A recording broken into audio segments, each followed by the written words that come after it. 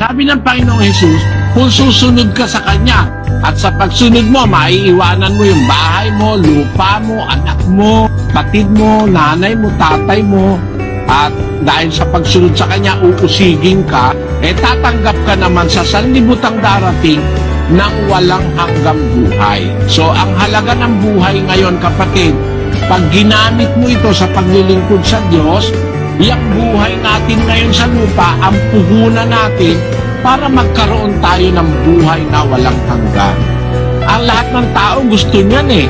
Kaya ang tao rito sa lupa, kahit may sakit, umiinom ng gamot para wag mamatay. Nagpapagamot para wag mamatay. Di gusto nila mabuhay, ano?